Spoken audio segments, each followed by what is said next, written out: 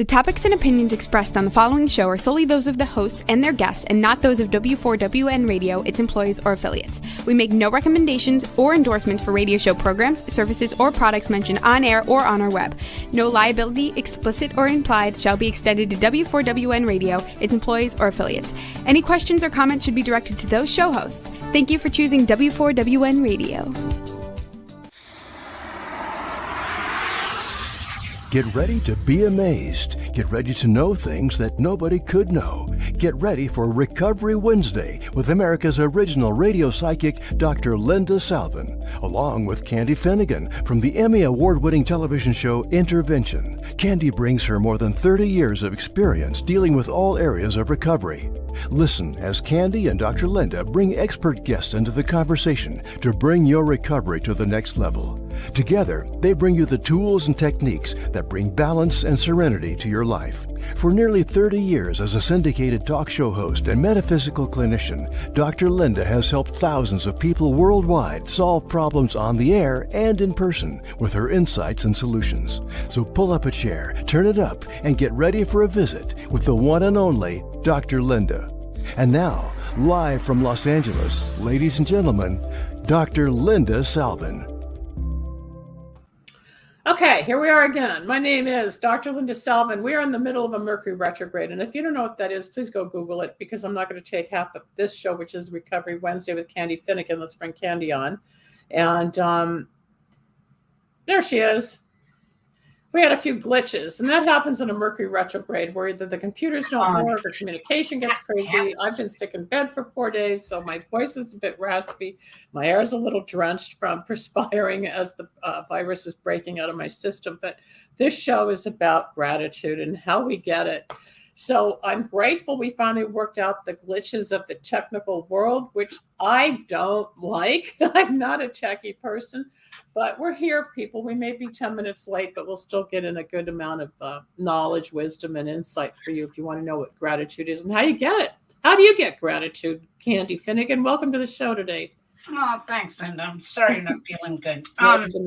Well, the definition, I looked it up, which, because for me, being grateful and a gratitude is a feeling, it's... We say the word, but each of us feel it so differently, It says the quality of being thankful, a readiness to show appreciation for and to, and returning all kindness that usually you wouldn't. So I thought that was funny because that was me. Well, we're not always grateful, and I can't always walk on water. Neither can you. Or just like with getting frustrated with all these issues, trying to get the show on time, or you not having the link right, or if the button didn't work, or the connection fails because the internet is out, or whatever, or whatever's going on. But then at the end of the rant, there's gratitude usually, or at the end when you get quiet, right? Yeah, let me ask you something. So before you started on your new journey 38 years ago, did you ever heard anybody say, "Oh, I'm so grateful"? Because I don't think it was a word that I didn't grow up with it. I did grow up with it. Yeah, I didn't. My mom would always yell, "You're not grateful. These kids are so ungrateful." I was programmed to be ungrateful. I take it back. Ungrateful, I heard. Yeah. Or they would turn it around to say, "They're not grateful. Why aren't you grateful?" Or "Kids are starving in Europe." Whatever they threw out at the time for the guilt. But no, it wasn't like that. "I'm so grateful you're my daughter. I'm so grateful for this car. I'm so grateful for that we're going on a trip. Or I'm so grateful you're helping." I heard appreciate.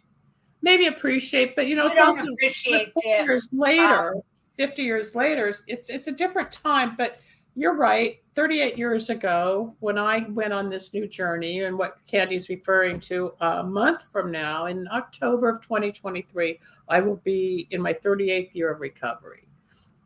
It's a long time to not be. Yeah, and joints and cigarettes and other behaviors that go along with all the drinking and partying. No, I was, I did my damage when I was young, and I'm grateful to be where I am today, and yet I can be remorseful, especially through the retrograde when the RE words come up, the regrets of wasting the time or not taking advantage of what might have been offered that I couldn't see as a result of the intoxication or negative thinking or whatever. But the gratitude is being here now, looking at what I've accomplished in another realm of whatever I'm still trying to create. Same with you. I get grateful for people like you in my life. I think about who are my friends, who are my enemies, who's in between, who's superficial, whether it's family, work, personal. There's a lot to be grateful for. And we're still alive. You know, the first time I started Dan to realize that I had a drinking problem, I remember sitting in a 12-step meeting and having someone say, hi, my name is blah, blah, and I'm a grateful alcoholic. And I thought, well, you're grateful. Well, you're nuts. What do you mean you're great? And, you know, it wasn't too long after that. I can honestly tell you from my heart that I've never said that. I mean, when I speak or whatever I do, because I felt it was so overused, but I certainly understand it. And, you know, because alcoholic is not a past tense, it's a present. If you are an alcoholic. People understand the disease. They think 1 or 2 drinks or a bender over the weekend, or if you're going to binge drink for a couple of days, then you're okay for 2 months. It's still the ism. It's still the waviness, the attitude change, the behavioral change, whatever. And people don't understand. It's not just the dopamine fix or the depressive effect or whatever. It's a whole wavy life. It really is. Yeah, absolutely. And I think that a lot of people that are in our position throw that around. You know, a gratitude list, a grateful person. Why aren't you grateful for this? Well, I don't think you can tell somebody to be grateful. I think, as I said, it's I agree with you. I think it's something you learn or you feel in time, right? It grows if it's supposed to. Or you see it from a different perspective, but when it's shoved down your throat, Well, I don't think anybody has the right to tell you what you should or shouldn't be grateful for. As I said, you know, I think that's a very personal situation. But, you know, I think for me also, you know, how I got gratitude is being of service. Looking for somebody else to help instead of being self-righteous and self-centered. And I think it unfolded over time. You know, one of the things that was pointed out to me not too long ago, and I, of course, you know about it, was somebody told me that I, you know, wasn't grateful for the things I had. And I'm telling you, if murder was legal, that person wouldn't be on a planet. But, you know, and it was not that they didn't know me well enough, but it was so insulting for somebody to tell me what I am, because I'm very grateful. I'm grateful for my kids. I'm grateful for you and for friendship. I'm grateful for the opportunities that that I get to participate in.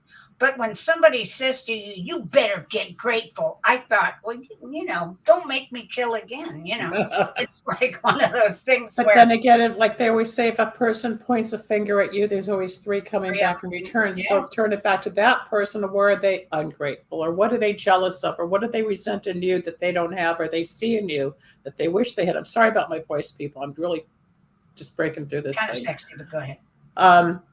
You know, people don't. You can feel grateful, you can feel whatever you want to feel, but don't tell somebody how to feel if they don't feel it. And that gratitude, I believe, evolves like everything else in practicing certain things or releasing certain things. It opens the doorway to feel the blessing. It's like getting up in the morning. Oh, I'm grateful when I look out the window and I see blue skies, a sun, and some green trees, as opposed to, you know, I'm getting clobbered over the head by somebody. Not opening your shades, right? Can it be taught or learned? Courtney, that's a great question. We'll get to that in just a moment. Well, one thing about... You want to answer that question? Well, I think one thing about keeping it, the shift for me was that I started trying to stop and smell the roses. I stopped and tried to deeply understand that my life would be better if I could help somebody else. My life would be, I would be more grateful if I could see the good things. It's that, we have a saying, half full, half empty. What is that glass? The first year that I got sober, I was given directions to put a water glass by my bed with water halfway up. And look at it. I got to wake up in the morning, decided if it was half empty or half full, because it never moved. Well, unless I drank it. And then, but it's that thing where I don't think I looked for the good in everybody. I don't think I wanted kind of everybody to be as miserable as I was, even though I acted like I wasn't, that inner soul, So do I think that it can be taught? No, I think we live by example. But I think you can start saying, oh, maybe this woman would like me to help her with her groceries. Oh, I think that, and so you could be grateful that you helped somebody. I mean, for the first many years, I was grateful that I hadn't taken a drink.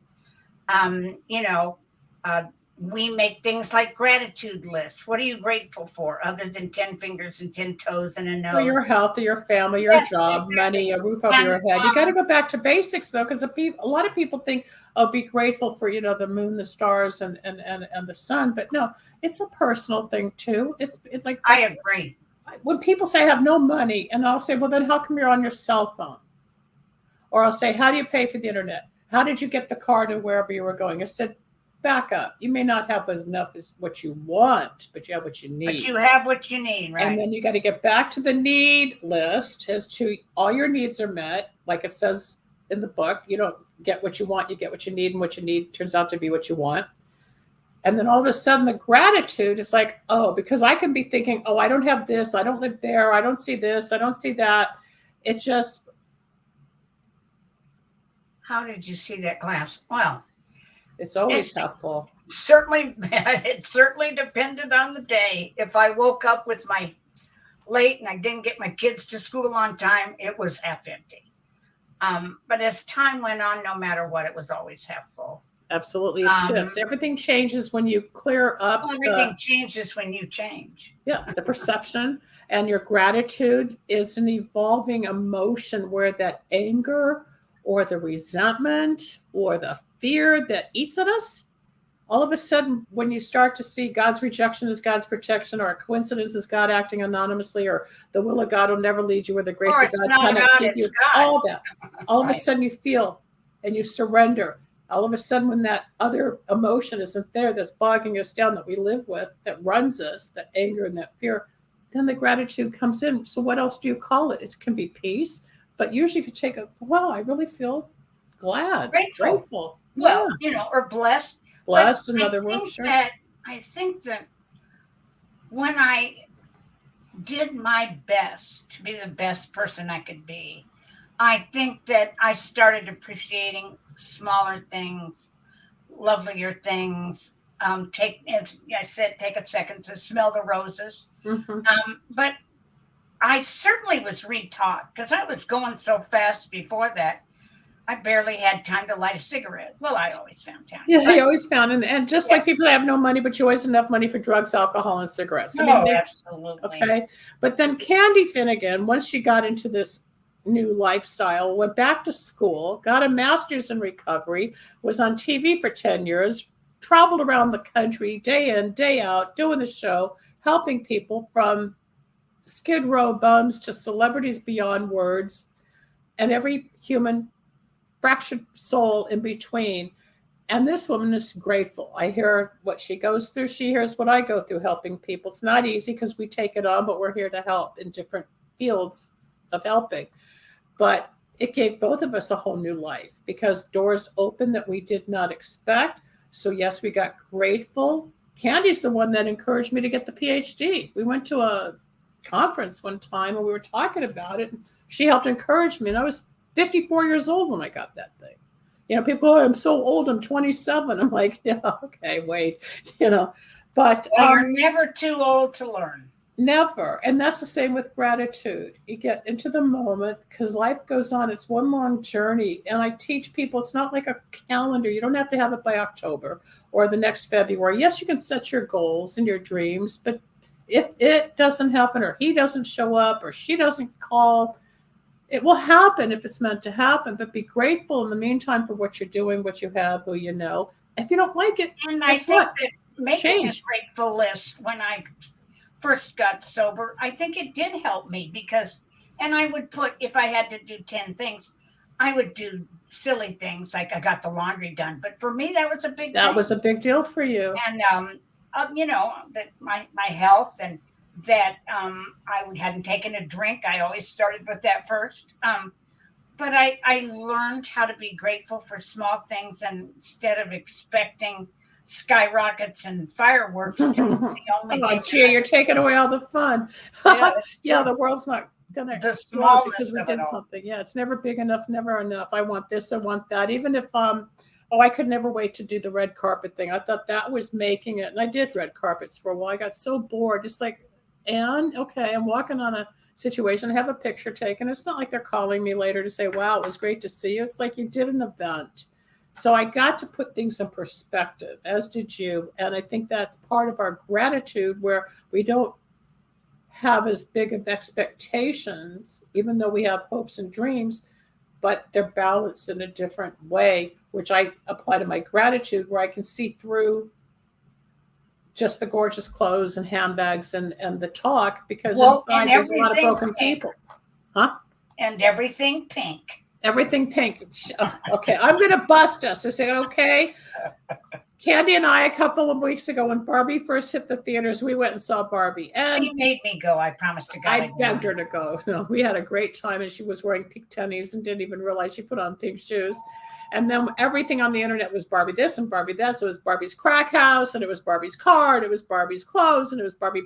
And then last week here in Los Angeles, they had the Immersive, which is like a little Barbie museum, and we walked through these little doors and rooms and got to meet Barbie from the ages. And we grew up with Barbie. It's a whole generation. No, you grew up with Barbie. I grew up with Barbie. You were just a little older, but yeah, that's true. Barbie was, but the story was beautiful. A lot of people are mocking it, but you cannot mock a movie that makes over $1 billion. Sorry. I thought, oh my God, look what I'm doing for her. I just can't believe I'm going to this movie. I'm not going to tell. I said, don't you tell anybody. And then I'm the one that's laughing the loudest. Yep. And it was funny and it was sad. I cried in that movie. People go, what do you mean you cried? And then after they saw it, they said, Linda, I got a little weepy too. Because there's a few sensitive scenes. But, I was grateful I saw the movie. There you go. And I'm grateful we got back on. And I'm grateful Rebel is patient with us, even though I can go like, oh, now what? I don't deal with issues at the last minute very well, especially if I feel like doing something. But I'm grateful I got up enough to do the show. Gratitude. Yes, when people say do a gratitude list, they don't know what that means. So you take a piece of paper, and you write gratitude. And you might write, I'm grateful for my father's. And you write the date. You put the date, you put 10, 15 items that feel right for you. I'm grateful I passed the test. I'm grateful I went to school. I'm grateful my sister and I have I'm above ground and breathing. Yeah, I'm breathing. I survived the pandemic. Whatever. Or you might say, I'm grateful for my dog, my goldfish. It doesn't matter.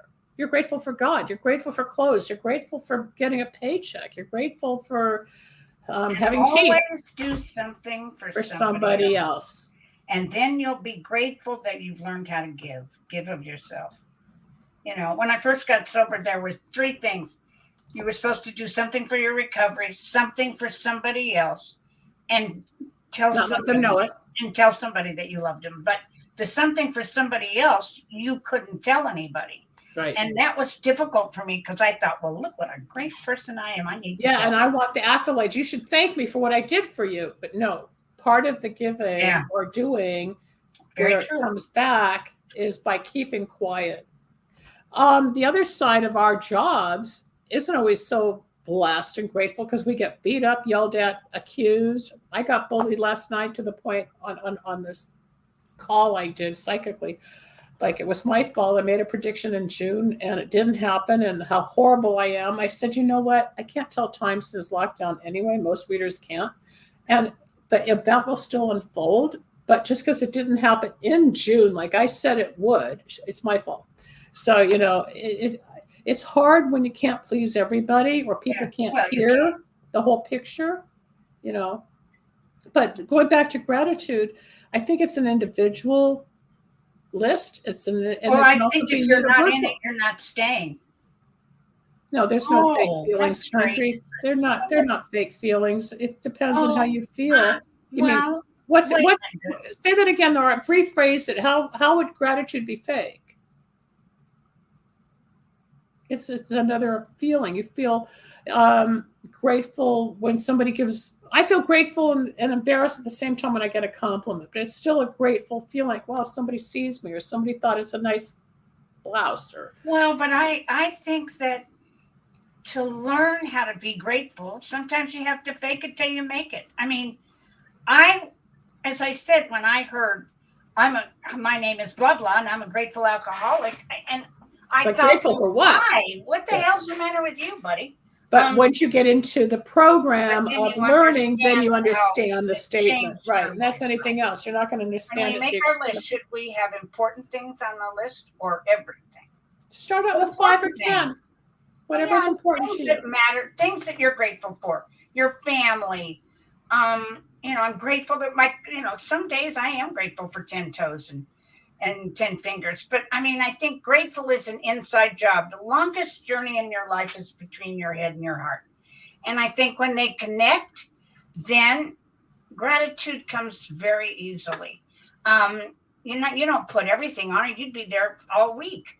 But you can do a grateful list every day. You can do a grateful list whenever you feel like it. You might list out 10 items today, country, and then tomorrow go, oh, I forgot this. It would be totally mundane. It would be totally different. There's no law, no rule. It's just a tool. But it's a tool to self-discovery. It's a tool to help you understand you more and maybe appreciate, okay, the neighbors have been really small things. The little teeny things in life. You start to appreciate things without getting crazy all the time. I get crazy with little problems that I can't control. Well, you and I are so much. I mean, if there's a bomb, we got a bomb shelter.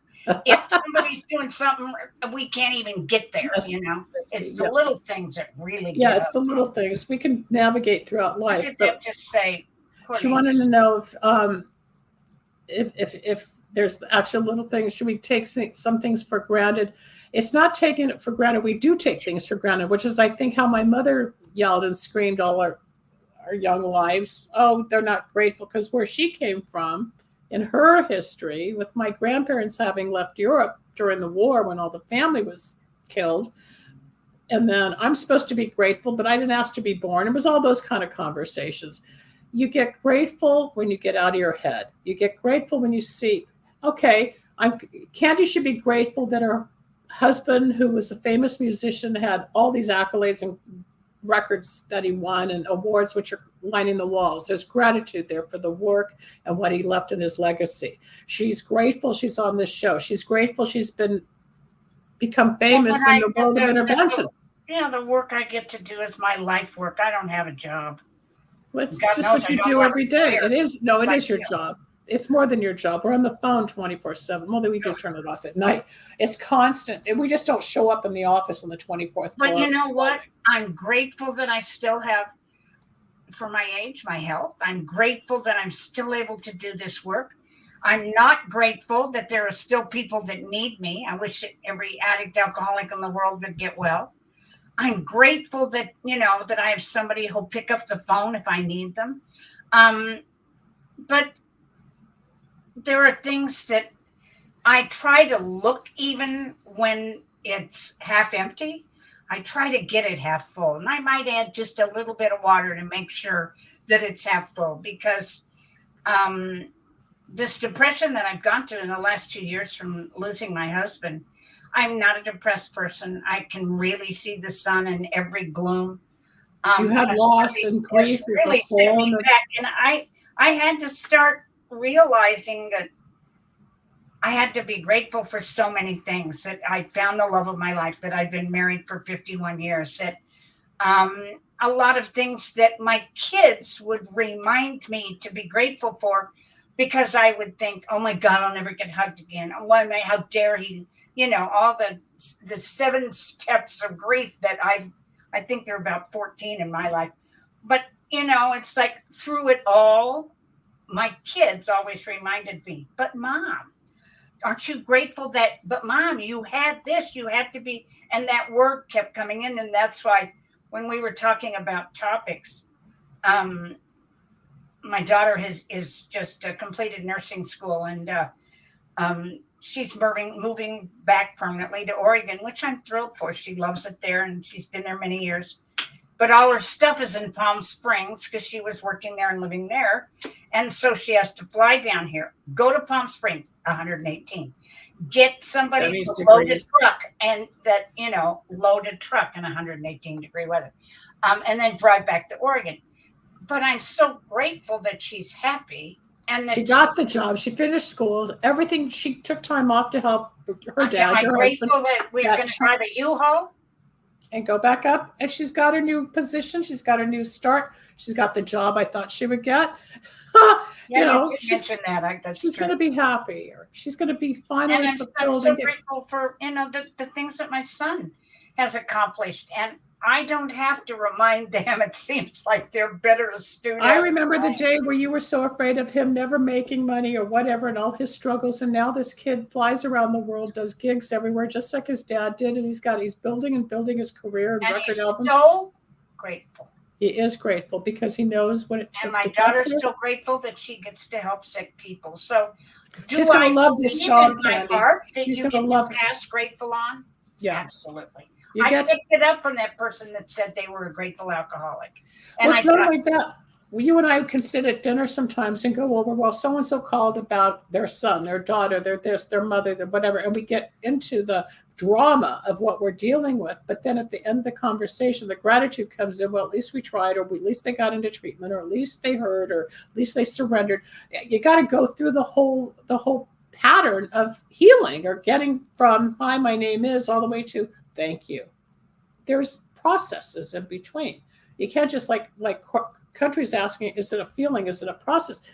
It's not like, okay, you're going to get off this show and say, well, no, I'm grateful. Listen, Courtney, aren't you grateful for Linda and I? Come on. Yeah, you should be grateful for the show, because you can always hear the replay on 100 platforms out there. It'll even be on YouTube later. And you can always listen, or you could contact Candy at candyfinnegan@AOL.com, or contact me at Dr. Linda at lindasalvin.com, and we can help you privately. We are available for private consultations or help in whatever need that you have. I do more metaphysics and spiritual, psychic stuff, and Candy's the interventionist, the mental health specialist, the addiction specialist.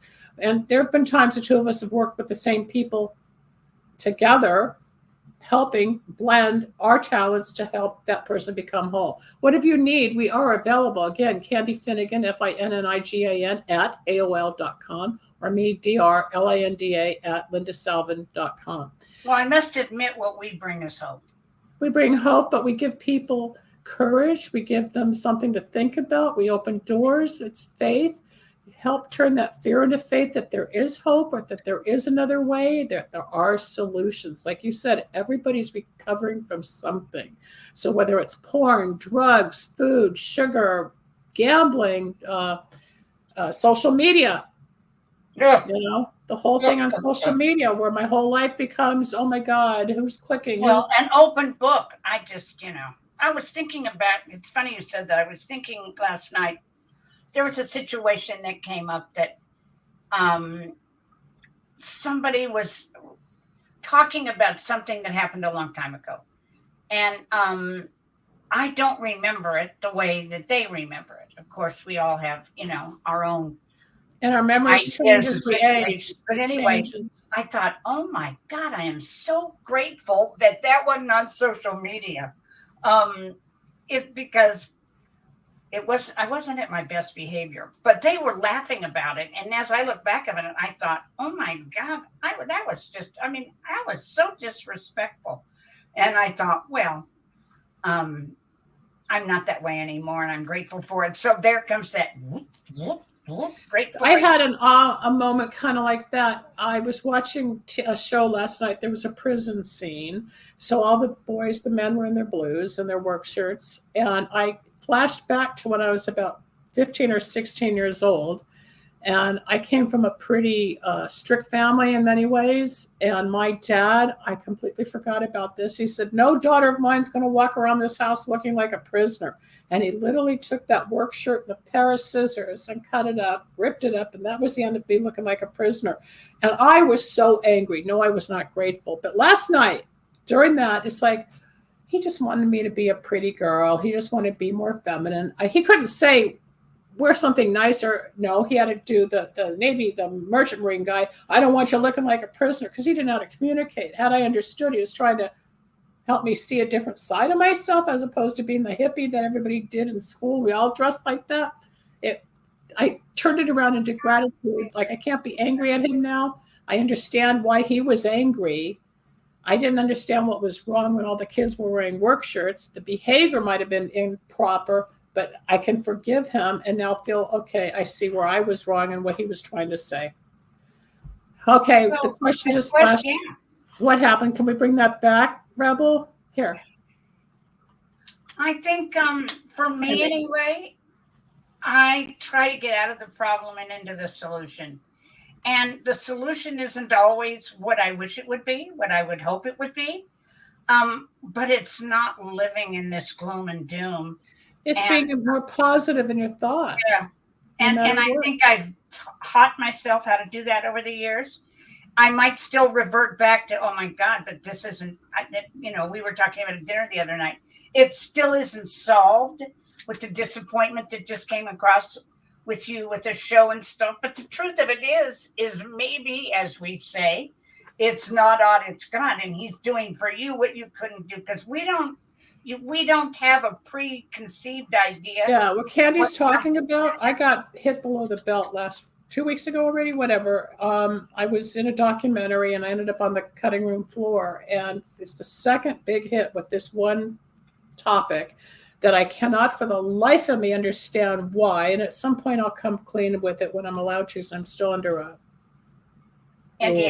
gag order.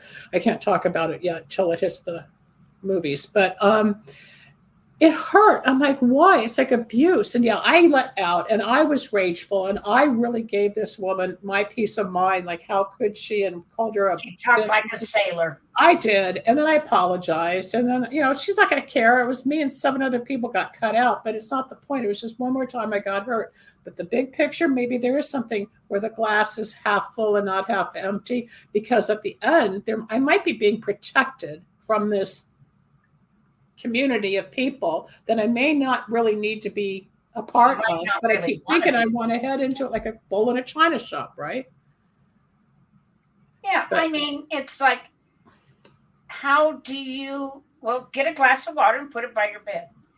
And so when you get up tomorrow, if you have stinking thinking and you think, oh shit, tomorrow's, I've got all this Thursday, I don't do it. I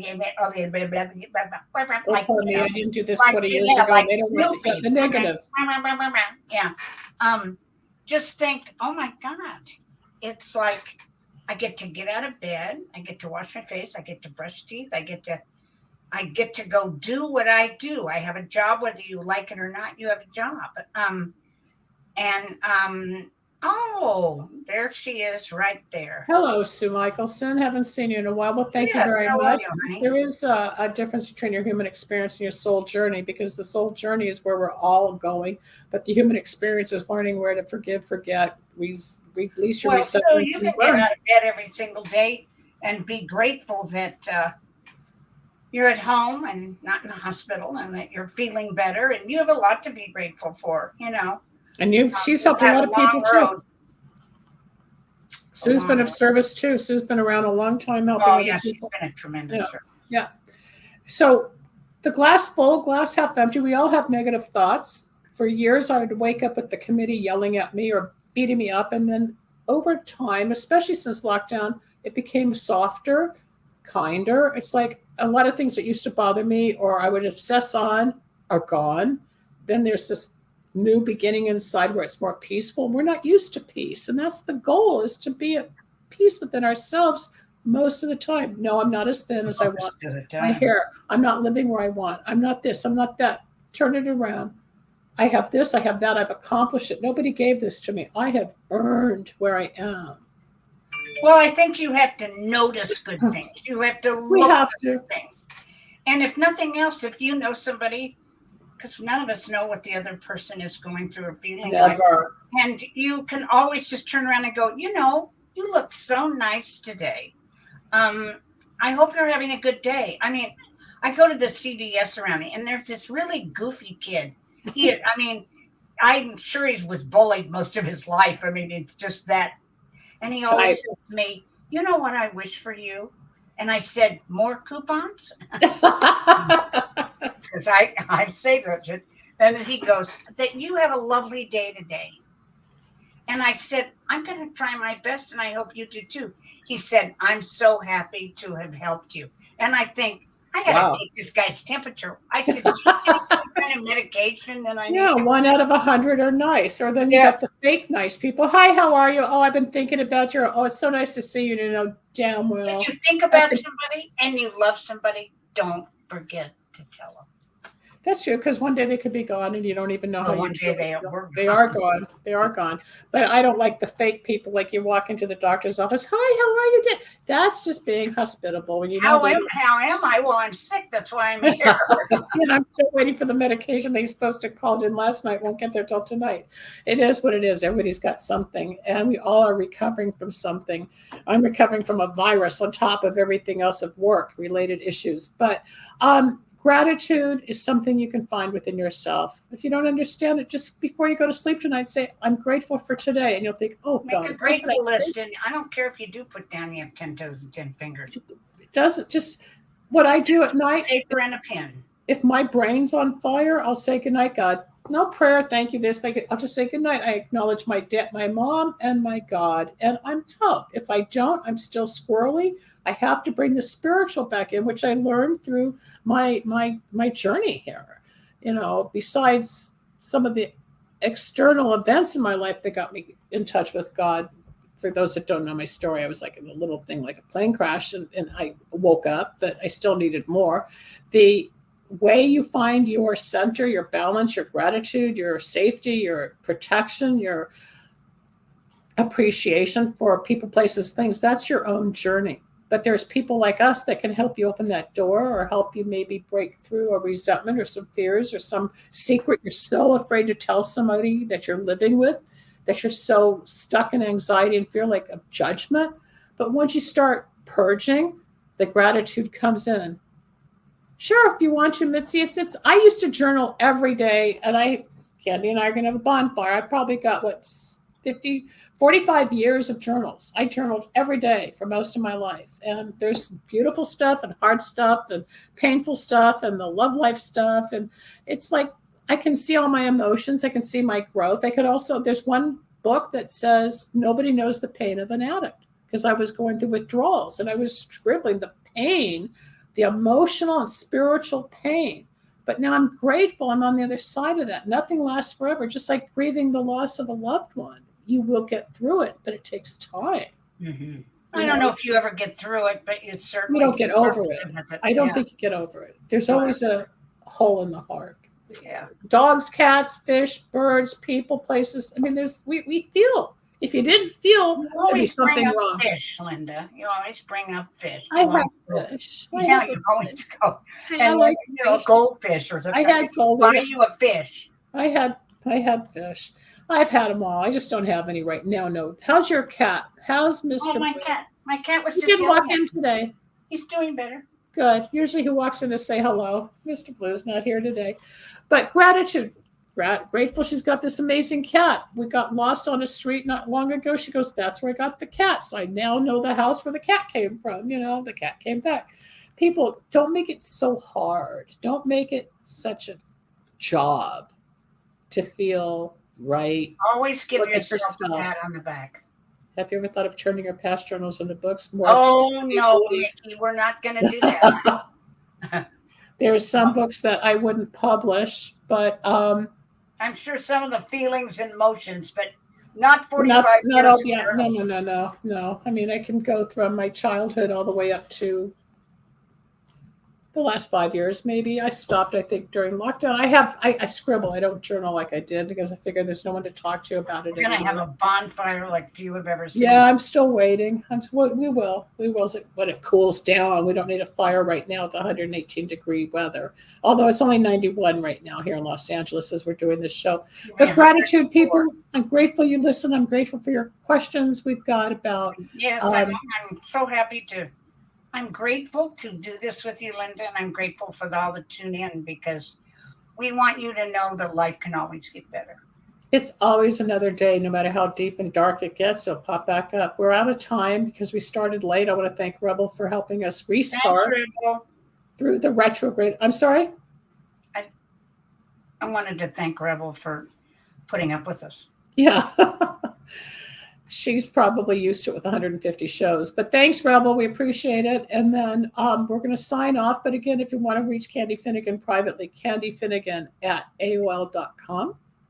Don't forget our book is When Enough is Enough on how to do an intervention for yourself, your family, loved ones. It's all there. And my book should be out at the end of this year, early next year. The chapters are done now. It's just getting the pictures and the edits together. No, it's not my historical journaling, but it's a journey. And you can reach me at Dr. Linda at lindasalvin.com or visit my website, lindasalvin.com. And what we really want you to do is go to the YouTube channel, click that little subscribe so you're with us every Wednesday right here at 1 p.m. Pacific time. Then it goes into the archive. You can always download it and rewatch it. And we'll see you again next week with another topic. And we'll be grateful for that if you show up and ask more questions. Have a great week, everybody. Yeah. Take care. Bye. And remember, we're all recovering from something. Bye. Thanks for joining us. We hope you enjoyed Recovery Wednesday. You can reach Dr. Linda at 888-509-1077 or at lindasalvin.com and Candy Finnegan at candyfinnegan@aol.com. Need a breakthrough of your own? Ready for answers or insights nobody else has? Reserve your own one-on-one in-person chat. Dr. Linda isn't just for other people. Dr. Linda gets results for you. And it's easy. Contact details are on screen now. Just click on lindasalvin.com or call toll-free 888-509-1077. That's lindasalvin.com or toll-free at 888-509-1077.